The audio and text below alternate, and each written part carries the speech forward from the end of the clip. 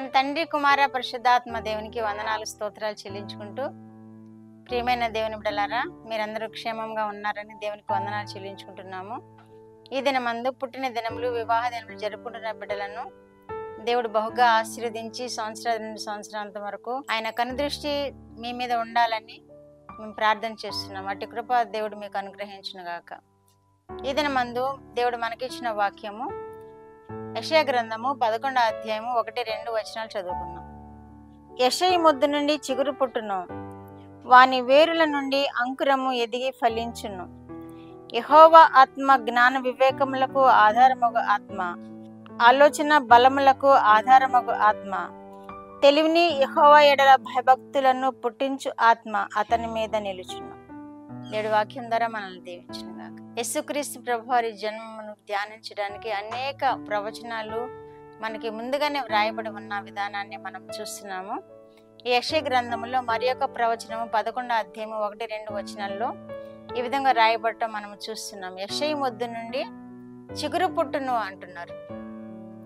యెషయి మొద్దునంటే దావీదు తండ్రి అయిన యెషయి, అక్కడ నుండి మొద్దు నుండి చిగురు పుట్టును, అది యెషయి మొద్దు నుండి చిగురు పట్టి వారి వేరుల నుండి అంకురం ఎదిగి ఫలించును అంటున్నారు.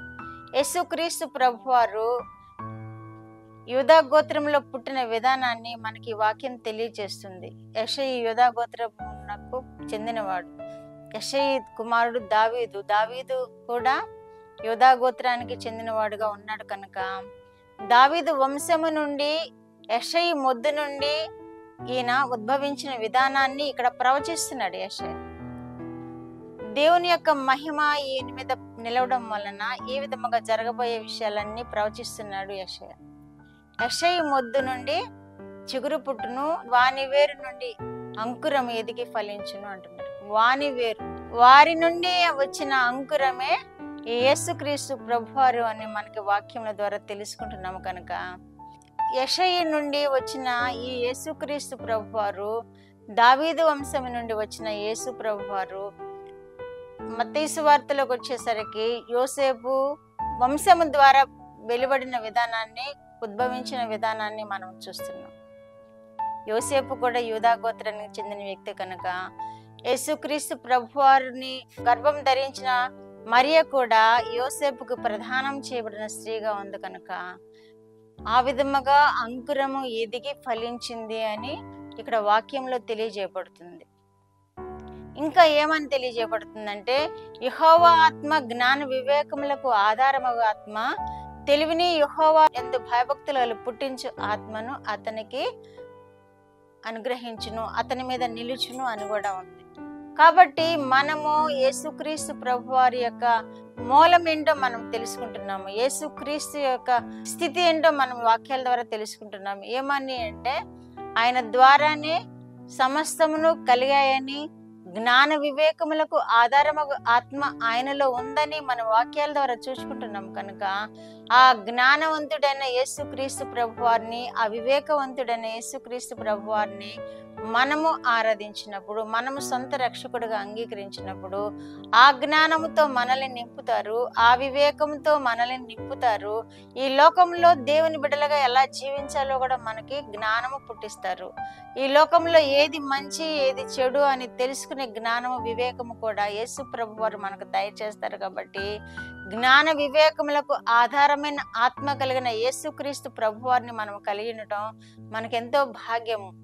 ఎందుకంటే ఈ లోకంలో జ్ఞానవంతులముగా, వివేకవంతులుగా జీవించాలి అంటే మనకి అది ఎక్కడ నుండి దొరకదు. మన రక్షకుడైన యేసుక్రీస్తు ప్రభువారిని మనం అంగీకరించినప్పుడు, మన రక్షకుడైన యేసుక్రీస్తు ప్రభువారిని మనం వేడుకున్నప్పుడు మనకు జ్ఞానం కలుగుతుంది, వివేకము కలుగుతుంది, వివేచన కలుగుతుంది, మంచి చెడులు తెలుసుకునే జ్ఞానం కూడా మనకు అనుగ్రహించబడుతుంది. కనుక యేసుక్రీస్తు ప్రభువారిని అంగీకరిద్దాం. యవనస్తులు, పిల్లలు, పెద్దవారు అందరూ యేసుక్రీస్తు ప్రభువారు దేవుడిగా కలిగి ఉన్నప్పుడు పిల్లలకి జ్ఞానం ఇస్తాడు దేవుడు, ఆరోగ్యంతో పెరిగే కృపనిస్తాడు దేవుడు, యవనస్తులకి మంచి చదువును, మంచి భవిష్యత్తుని ఇస్తాడు దేవుడు, పెద్దవారికి, వృద్ధులకు ఆదరణ కలిగించే విధముగా దేవుని కృప తోడుగా ఉంటుంది.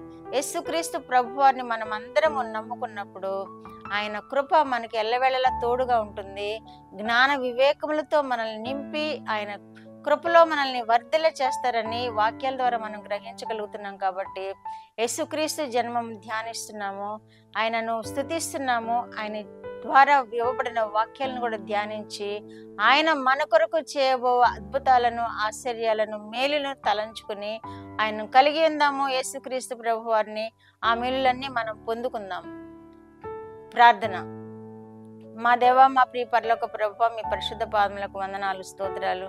మా రక్షకుడు యేసయ్య స్తోత్రములు, పరిశుద్ధాత్మ దేవ స్తోత్రములు, ఇచ్చిన వాక్యం కొరకు స్తోత్రములు. మా ప్రభువా యేసుక్రీస్తు ప్రభువారు ఏమి కలిగి ఉన్నారో మీ నుండి అది మాకు వాక్యాల ద్వారా నేర్పిన దేవా మీకు స్తోత్రాలు. జ్ఞాన వివేకములకు ఆధారముగా ఆత్మను మీరు యేసుక్రీస్తు ప్రభువారిలో ఉంచి భూమి మీదకి పంపించిన విధానాన్ని మేము వాక్యం ద్వారా గ్రహించి ఉన్నాం కనుక ప్రభువా యేసుక్రీస్తు దేవా, మిమ్మల్ని ఆశ్రయించి జ్ఞానమును పొందుకొని, వివేకమును పొందుకొని, వివేచనతో ఈ భూమి మీద జయకరమైన జీవితం జీవించే కృప వినిచిన బిడ్డలందరికీ అనుగ్రహించమని, ఈ పండుగ దినాల్లోనైనా మీ యొక్క మెండైన దీవులతో ప్రజలందరూ నింపబడినట్లు మీరు కృప చూపమని యేసుక్రీస్తు వారి పేరిట ఈ మనవులు మీ పాదముల ఎద్ద వేడుకుంటున్నాను పరమ తండ్రి. ఆమేన్.